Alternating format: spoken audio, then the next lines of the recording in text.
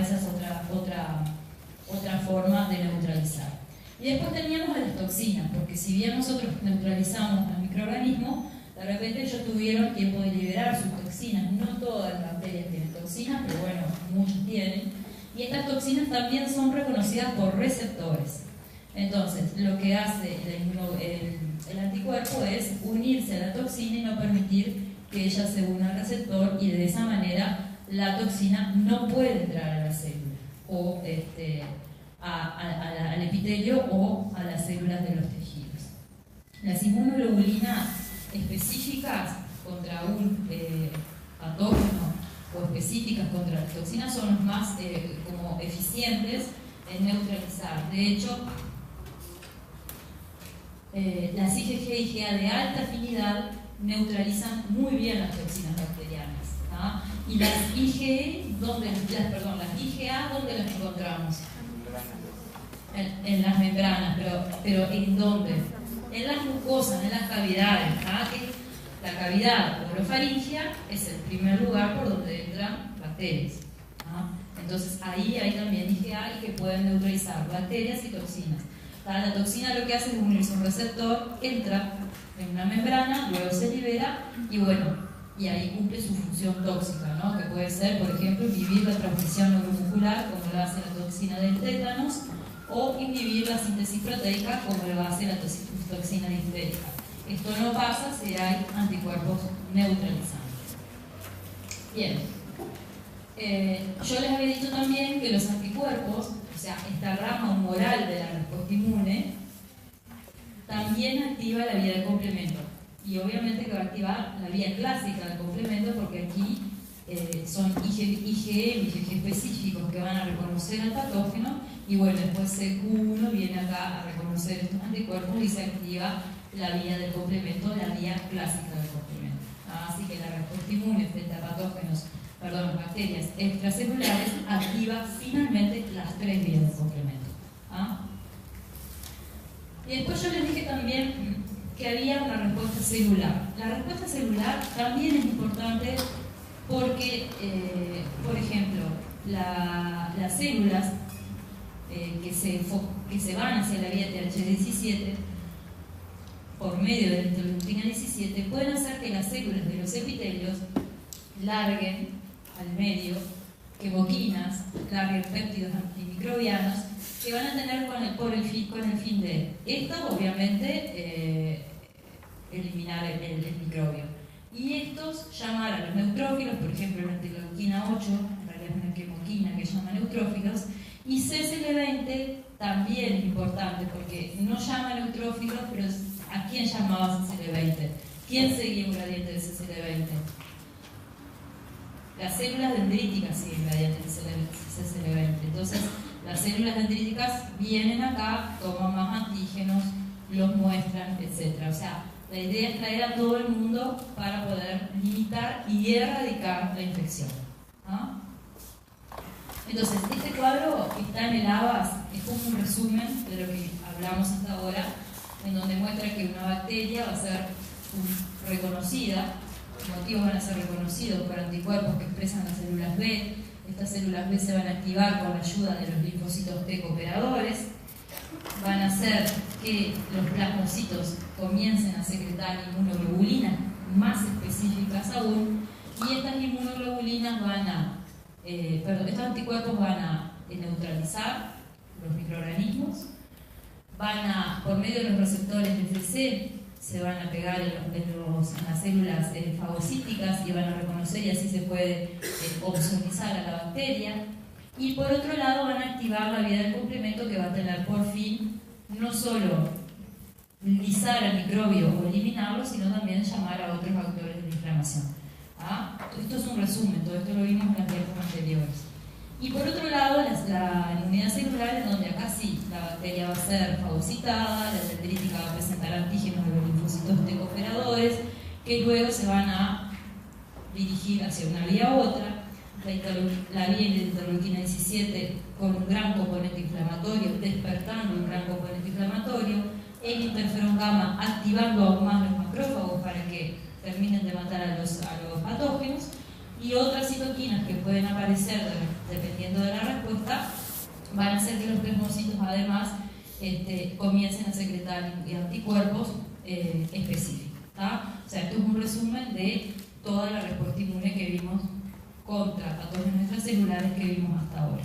¿Alguna duda acá, chiquilines? Y bueno, yo les decía también que si bien el daño era local, también podía haber un daño sistémico. Y ese daño sistémico típicamente lo encontramos con algunas bacterias. Por ejemplo, hay bacterias que yo les hablé hoy, que al principio hay una tormenta citoquímica, porque hay una gran producción de citoquinas como la interleuquina 1, la interleuquina 6, el TNF-alfa, lo que produce lo que llamamos tormenta citoquímica. Y luego de esa tormenta citoquímica, si todo se descontrola, lo que puede ocurrir después es que haya una falla circulatoria periférica, o coagulación intravascular diseminada, que lleva a un estado de shock. Shock lo defino como falla circulatoria periférica, y en este caso es séptico porque es el punto de partida de una infección. Hay otros tipos de shock, tipo goles, pero este sería un shock séptico. O sea, esto puede ser un ejemplo de daño de la respuesta, daño provocado por la respuesta del sistema inmune frente a ese patógeno. Otro ejemplo de daño es, por ejemplo, la quiebra reumática. En este caso lo que pasa es que hay anticuerpos que son contra la proteína M de los estreptococos beta-hemolíticos, los que dan faringitis, que tienen o reconocen proteínas del miocardio. Entonces producen carditis con toque valvular. Ese sería otro proceso de daño que sale a partir de la respuesta inmune contra ese patógeno. Y luego también ciertos patógenos pueden, como se forman muchos inmunocomplejos, o sea, antígenos con los anticuerpos, hay veces que el sistema no los puede manejar, y bueno, vieron que el riñón es como un filtro finalmente, y estos inmunocomplejos circulantes se pueden depositar a nivel del glomérulo renal y dar lo que se llama una glomerulonefritis post-estreptocóxica. Estos típicamente niños que luego de faringitis, antibióticos, sí, no, aparecen con un síndrome nefrótico, con edemas, con hipertensión arterial, puede haber alguna falla de coagulación, pero estas son las consecuencias de la respuesta inmune luego de la infección por estas bacterias. No siempre se da, son posibilidades, ¿no? Bien, y estas bacterias también extracelulares desarrollaron muchos mecanismos de evasión del sistema inmune, lo que yo les decía hoy que tenía relación con la virulencia del patógeno. Entonces, van a ver que son muchos los mecanismos de evasión, nosotros vamos a ver algunos en detalle. Les va a servir bastante a los que tienen que dar el taller que tiene justamente el paciente con el LC, que tiene una neumonía y que donde se preguntan los mecanismos de evasión por estas bacterias. Entonces,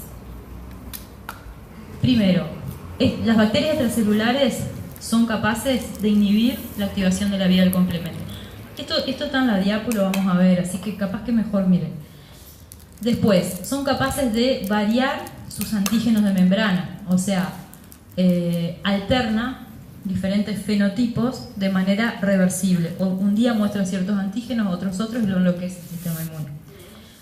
Por otro lado, también producen proteasas que clivan inmunoglobulina A, o sea, la inmunoglobulina A que hay en las mucosas es clivada y no puede neutralizar. Saben bien evadirse de los fagocitos y de la destrucción por esos fagocitos. Ellas, por ejemplo, son resistentes a ser matadas por el estallido respiratorio. Yo les nombré hoy, eso me va a pasar, pero es cuando veíamos hoy los agentes oxidantes que había en los gránulos, en los fagolisosomas. Bueno, ahí ahora lo vamos a ver bien, pero ahí es donde va a haber el proceso de estallido respiratorio que es tendiente a matar al microbio. Van a ver cómo las bacterias pueden escapar de él. Y bueno, también obviamente que las bacterias van a modular el procesamiento y la presentación de antígenos, ya sea haciendo que se inhiba la expresión de moléculas de MHC de clase 2 o hay toxinas que interfieren en el tráfico. ¿Se acuerdan que las moléculas de MHC iban desde el retículo, iban por el Golgi, llegaban a etcétera, etcétera, y después recién cuando se cargaban iban a la membrana? Bueno, ellas interfieren y no se pueden presentar antígenos en MHC. Y por otro lado, las bacterias encapsuladas sobre todo, se escapan de lo que se llaman nets de neutrófilos. Los nets de neutrófilos son trampas extracelulares de neutrófilos. Los neutrófilos como que tiran unas redes, que ahora vamos a ver también bien lo que son. Bien. Entonces, ¿cómo inhiben el sistema de complemento? Hay bacterias que son capaces de inhibir a la C3 convertasa. La C3 convertasa no va a poder depositarse sobre la membrana. Otros facilitan la degradación de C3b.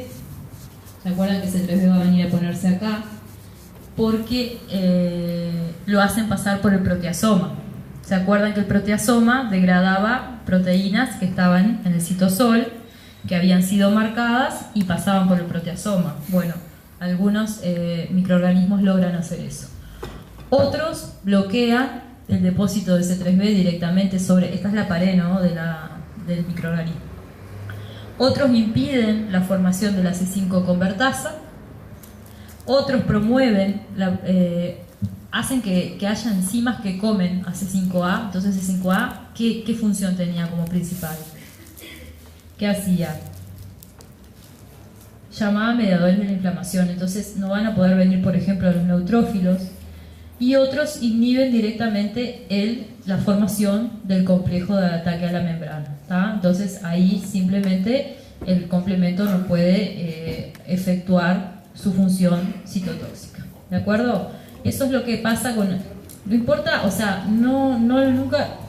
Bueno, yo nunca les voy a preguntar, y yo soy la que pongo las preguntas del parcial para estos temas, los nombres de qué bacterias hacen qué, pero sepan que los mecanismos en grueso cuáles son, cómo puede ser evadido la activación del complemento, ¿no? Otras formas de evadir el sistema inmune. Las neiserias, sobre todo, característicamente, presentan pili, los pili son estructuras que ayudan al microorganismo a instalarse en la membrana de la célula huésped. Entonces, son muy inmunogénicos y el sistema inmune responde con anticuerpos antipilina, que es la proteína del pili, y lo que hacen las bacterias es cambiar las proteínas del pili para que no sean reconocidas por los anticuerpos que genera el sistema inmune. Lo van cambiando todo el tiempo, ¿tá? Eso es una forma de escapar a la respuesta inmune. Otra forma es lo que les decía hoy más temprano.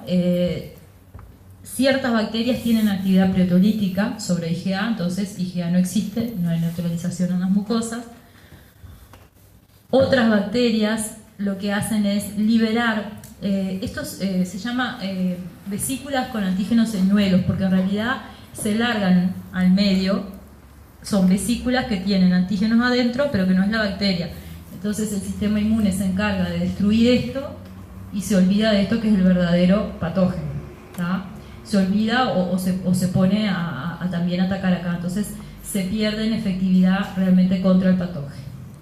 Por otro lado, las bacterias que no tienen pili también son capaces de cambiar los antígenos de membrana todo el tiempo, ¿ah? Entonces el sistema inmune reconoce estos antígenos, monta una respuesta inmune y cuando viene la respuesta inmune cambiaron los antígenos, ¿ah? Eso es una forma de evadir. Y otra forma de evadir el sistema inmune es cambiando de manera química el LPS, lo que se le llama sialilación de proteínas. No importa, es un proceso químico que usa glúcidos. La cosa es que el LPS cambia y cuando el LPS cambia ya no va a ser reconocido por receptores, por los PRR, por los TLR, entonces no va a haber una respuesta, ¿tá? Esa es otra manera que tiene la bacteria de evadir al sistema inmune, ¿tá? ¿Alguna pregunta de esto, chiquilines? ¿No? Bueno, ¿seguros? Y bueno, y después lo que yo les decía, la resistencia al estallido respiratorio. Esto es un fagosoma, ¿ah?, de un macrófago. Ahora yo les voy a contar la etapa normal, lo que pasa, lo que debería pasar normalmente, y luego vamos a ver cómo una bacteria puede pasar por arriba de este sistema. Cuando una bacteria está dentro del fagosoma, enseguida se empiezan a traslocar a la membrana del fagosoma la NADPH oxidasa, que es una enzima que va a utilizar oxígeno y va a transformarlo en el ion superóxido, O2 menos. Una vez transformado, la superóxido dismutasa, que es una enzima que va a catalizar una reacción en donde el ion superóxido y el agua van a formar peróxido de hidrógeno.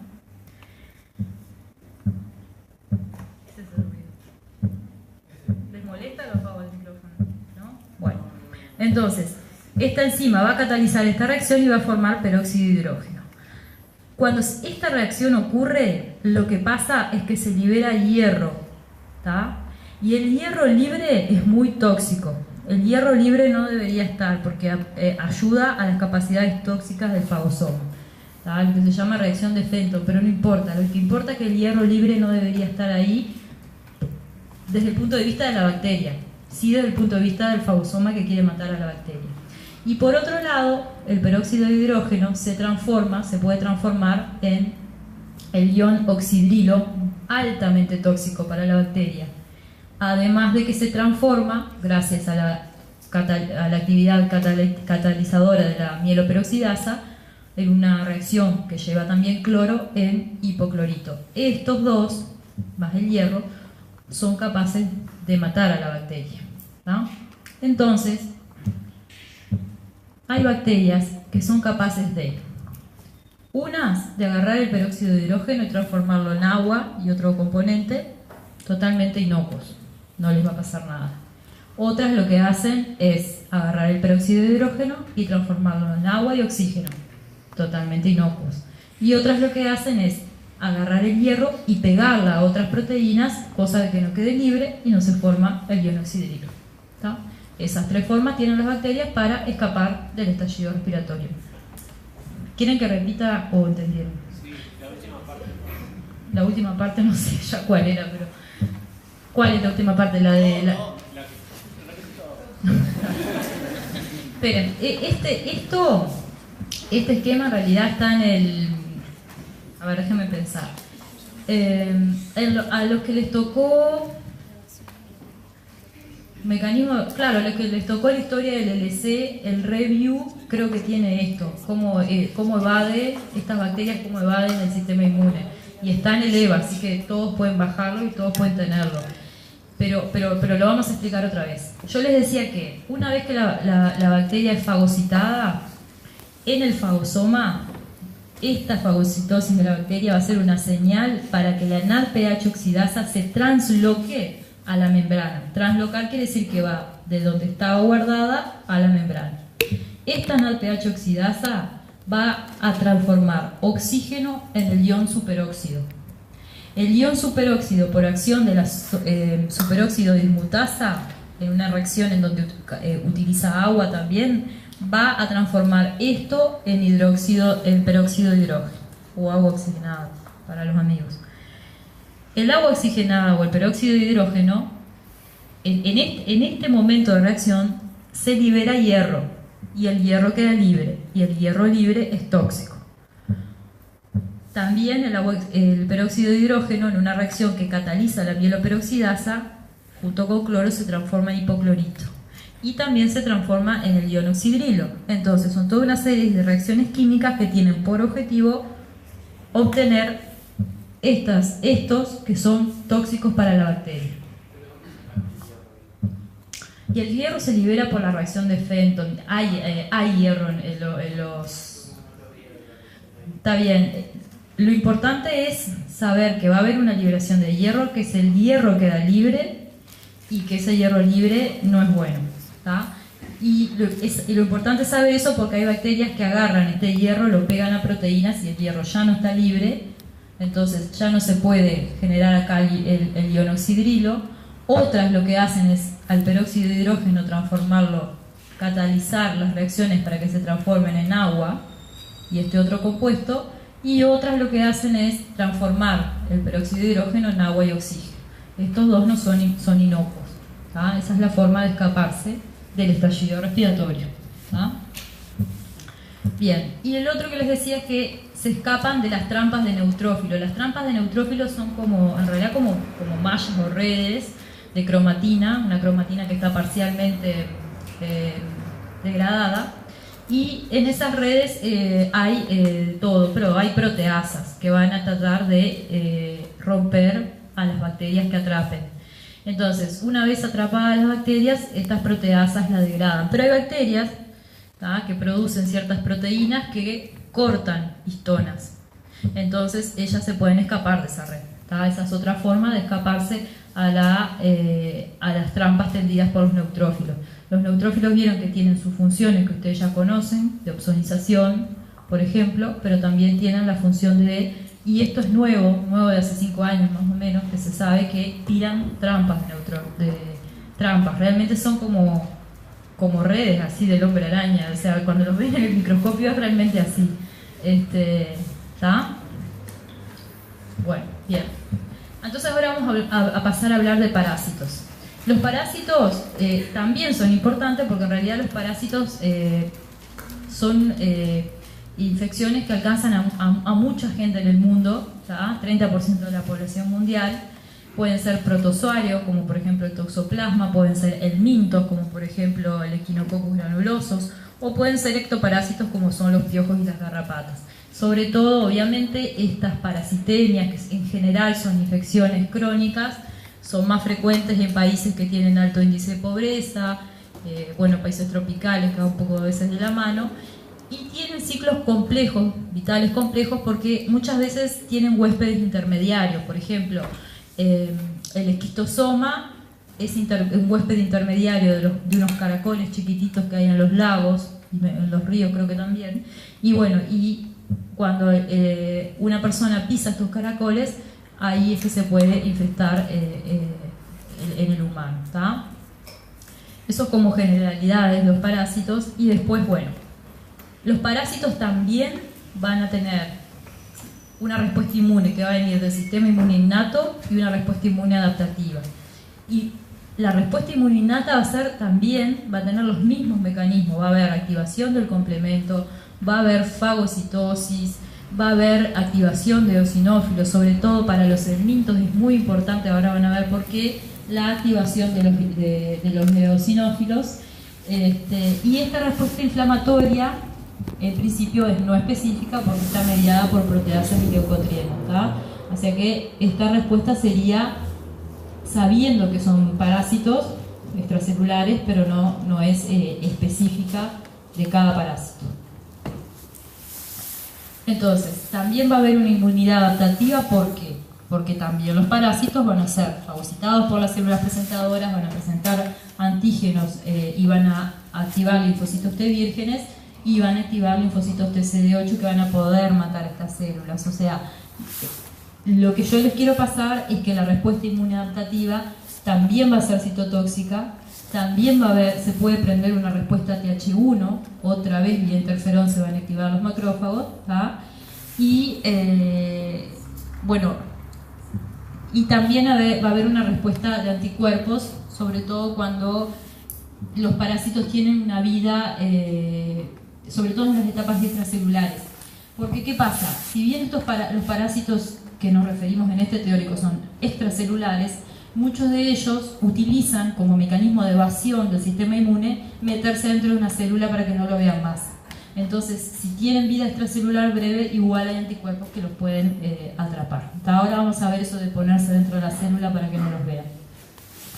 Y dentro de la inmunidad adaptativa, para estos parásitos, hay dos vías que son muy importantes, que son la TH2 y la TH9. ¿Tá? Entonces, una vez que el sistema inmune decodifica que hay un parásito y prende la vía TH2, va a haber una respuesta de citoquinas, una producción de citoquinas típicamente que ustedes ya saben cuál es la citoquina TH2, quiero pensarlo por lo menos, que son interleuquina 4, 5 y 13. Eso lo tienen que saber, qué vía, qué citoquina.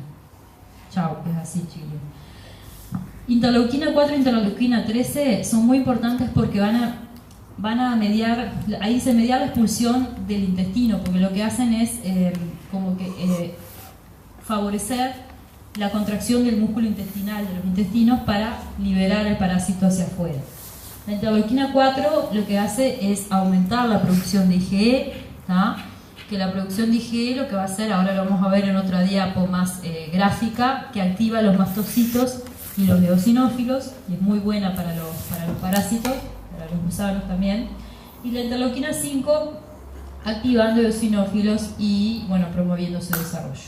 Una cosa importante es que en este tipo de respuestas los eosinófilos pueden generar muerte del parásito por ADCC. ADCC ustedes ya lo vieron en los mecanismos efectores morales. Es un tipo de muerte dependiente de anticuerpos, exacto. ¿Tá?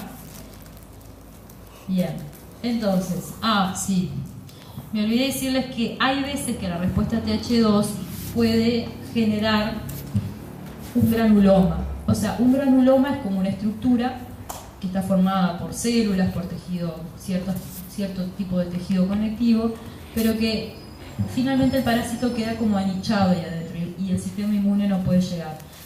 Hay veces que con la respuesta TH2 se pueden formar granulomas con fibrosis, y también esa es una forma de evadir la respuesta del sistema inmune. Y esto es lo que les decía. Los eosinófilos, ustedes saben que los eosinófilos tienen receptores para la IgE que va a venir a depositarse acá. Entonces, IgE depositada, vienen los eosinófilos con receptores, se pegan a la IgE y van a degranular, ¿no? Van a intentar matar al parásito. Y este tipo de muerte del parásito es muy importante en los parásitos que son muy grandes y que no pueden ser fagocitados por un macrófago, porque son más grandes que el propio macrófago, o por un neutrófilo. Entonces este tipo de muerte es muy importante en ese caso. La otra vía que se puede prender frente a una infección por parásitos extracelulares es la vía TH9. La vía TH9 son linfocitos T, que se los dice TH9, que liberan sobre todo interleuquina 9, liberan otras citoquinas, pero no solo. Aprovecho para decirles que la interleuquina 9 no solo es liberada por los TH9, hay otras células como esta que también lo liberan, pero en este caso se prende la vía TH9. La interleuquina 9 tiene como propiedad, si quieren, favorecer la producción de moco por el epitelio, por ejemplo, intestinal. Estas son infecciones por estos patógenos en países tropicales, prenden respuestas TH9. Entonces, aumenta la producción de mucus y aumenta la contracción del músculo liso. Entonces, entre el envolvimiento del microorganismo con mucus y los esfuerzos del intestino por expulsarlo, es que el sistema trata de eliminarlo, ¿tá? Y eso lo puede producir la interleuquina 9. También la interleuquina 9 activa basófilos, eosinófilos, mastocitos, que son células muy importantes en la respuesta inmune contra parásitos, y ahora vamos a ver por qué. Y también recluta estas células acá. Entonces, estas células acá son las ILC2. Entonces ahí anotan mirar ILC2 en teórico de respuesta inmune innata, porque lo dieron. ILC1, ILC2, ILC3, ¿se acuerdan? ¿Tá? Y las ILC2 van a ver que ahí les dijeron que eran buenas en la respuesta inmune contra parásitos. ¿Tá? Estas también son reclutadas y estas también liberan interleuquina 9. ¿Tá? ¿Alguna pregunta hasta acá, chiquilines? Esto es un cuadro para mostrarle cómo, lo que yo les decía hoy, los parásitos extracelulares viven fuera de la célula, de los tejidos, pero algunos entran, ¿tá?, para poder escapar de la respuesta inmune. Entonces, los parásitos que son extracelulares estrictos, en ese caso la respuesta mediada por anticuerpos es muy importante. Y esa respuesta va decreciendo en tanto que los parásitos sean intracelulares. No todos pueden. Leishmania puede, T. cruzi puede, pero por ejemplo T. brucei no lo hace. Después, en estos casos toma relevancia la respuesta inmune mediada por células, ¿tá? Ellos eran extracelulares, pero una vez que entran toma relevancia la respuesta inmune mediada por células, ¿tá? Esas son algunas características para mostrarle a ustedes de cómo pueden ir ellos, cómo se da en degradé la importancia de la respuesta inmune. Bien, y esto es una diapo que más o menos resume un poco la respuesta inmune contra un helminto, un parásito extracelular helminto. Entonces, como yo les decía, las células plasmáticas van a estar liberando anticuerpos porque hubo una respuesta inmune anterior, innata, que le dio una señal.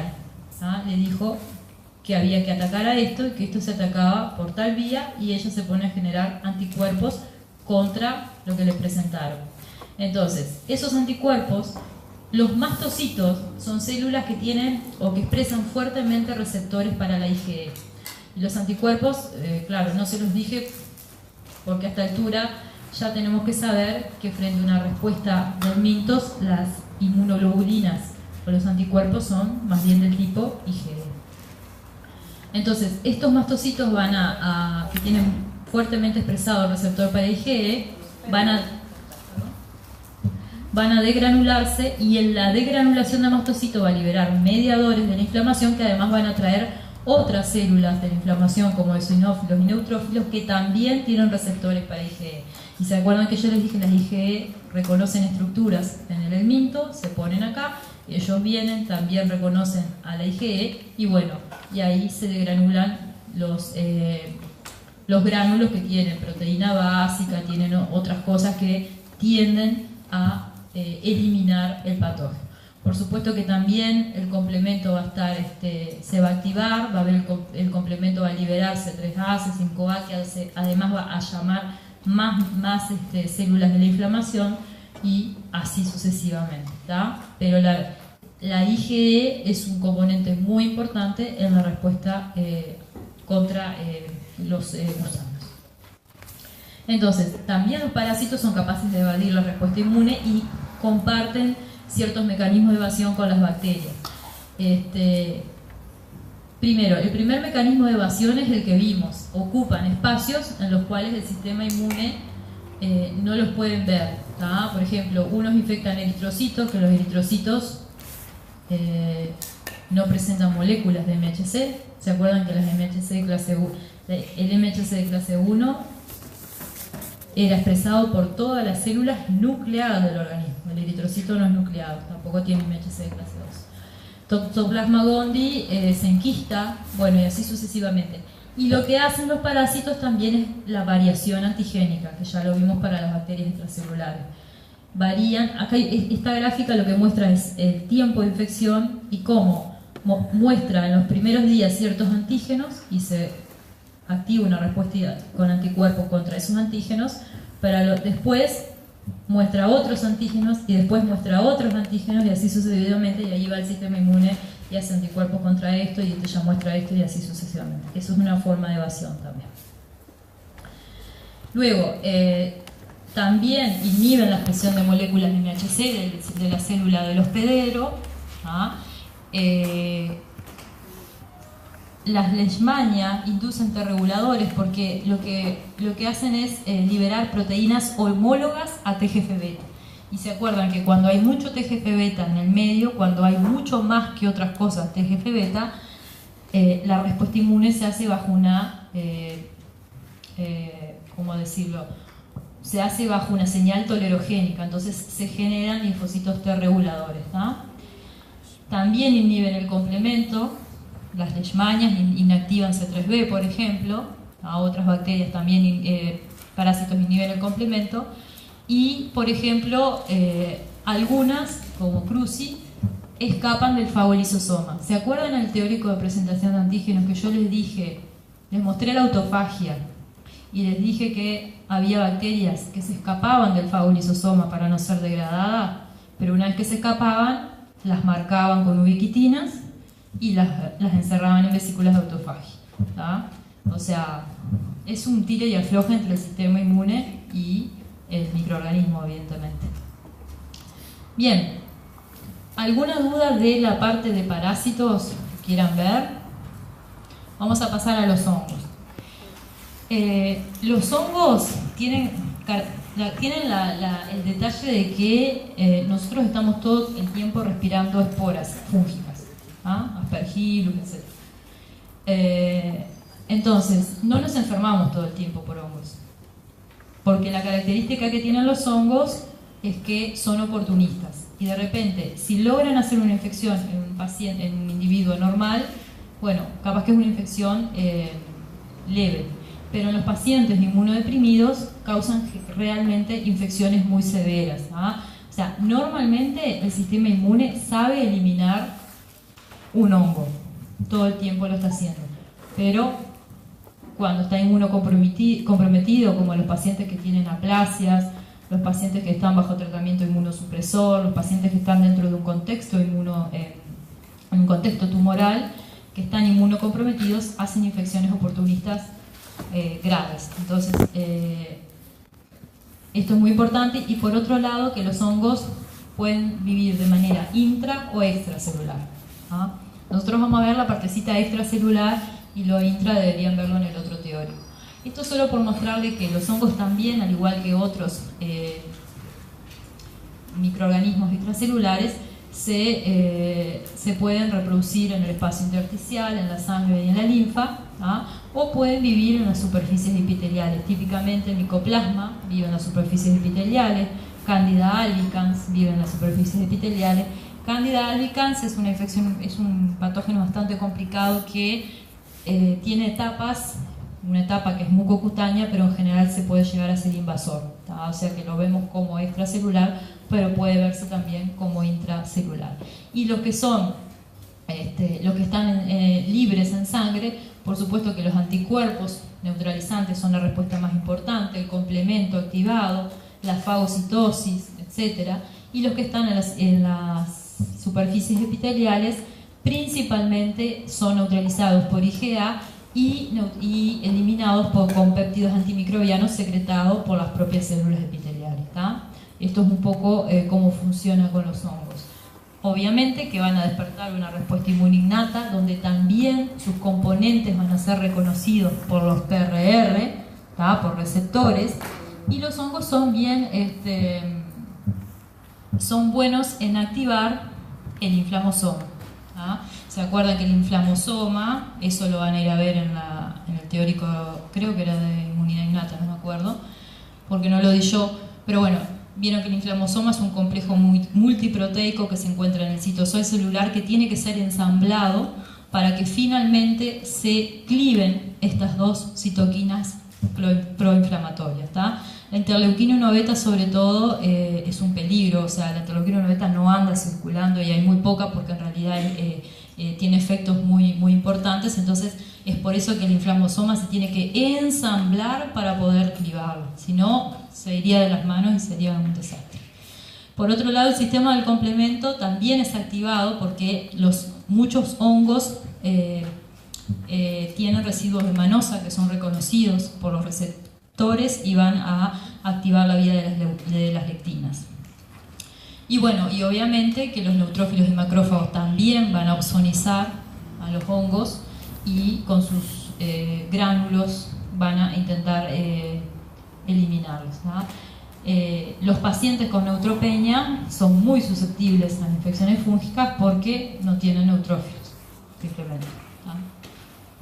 Bien, y después está la respuesta inmune adaptativa, porque yo les decía, esos hongos en general pueden llegar a convertirse en intracelulares, y también porque los antígenos de esos patógenos van a ser presentados por células dendríticas, entonces también va a haber una respuesta inmune que puede ser de tipo TH1, de tipo TH17.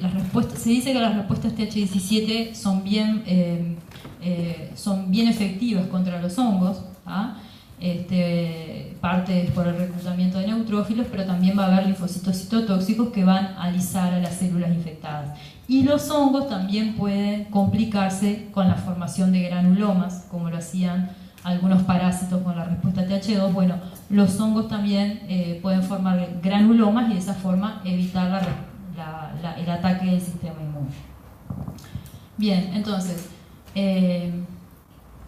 las respuestas entonces protectoras son TH1 y TH17, sobre todo la TH17, pero de esta también hay, sobre todo para Aspergillus y Cándida. Puede haber ciertas respuestas TH2, ahora eso es un poco más controvertido, porque en realidad se acuerdan que cuando una respuesta TH2 se prendía, tendía a suprimir la respuesta TH1, que realmente es efectiva. Entonces, esto no se sabe si es realmente una respuesta inmune contra o es una forma del hongo de hacer que se libere esta respuesta y se inhiba esta. ¿Tá? Pero no se preocupen porque las cosas controvertidas no van en preguntas de examen y de parcial. Y bueno, y por último, ustedes vieron en la clase con los dermatólogos que hay veces que era necesaria la respuesta que era mediada por las TH22 con la secreción de interleuquina 22. Bueno, la interleuquina 22 también puede ser importante para proteger contra ciertas infecciones cutáneas-mucosas. Bien, los mecanismos de evasión de los hongos también. Algunos compartidos con bacterias y parásitos, pero por ejemplo los hongos, ellos se acomodan. Entonces, la flora comensal, por ejemplo, de los tractos respiratorios, gastrointestinal sobre todo, viven en una situación de tolerancia. O sea, todo está generado para que esa flora pueda vivir ahí y que no sea destruida por el sistema inmune. Y parte de eso lo logra la presencia de IDO, que era la enzima antiinflamatoria o reguladora, que se llama endolamina 2,3-deoxigenasa. IDO, ¿se acuerdan que también era un mecanismo utilizado por los T reguladores? ¿Tá? Es un mecanismo que favorece la tolerancia. Entonces, los hongos lo que hacen es aprovecharse de esta situación de tolerancia y desarrollar sus infecciones crónicas, porque está ahí y como ese ambiente está tolerizado, él se queda tranquilo y nadie lo ataca y ahí queda infectante.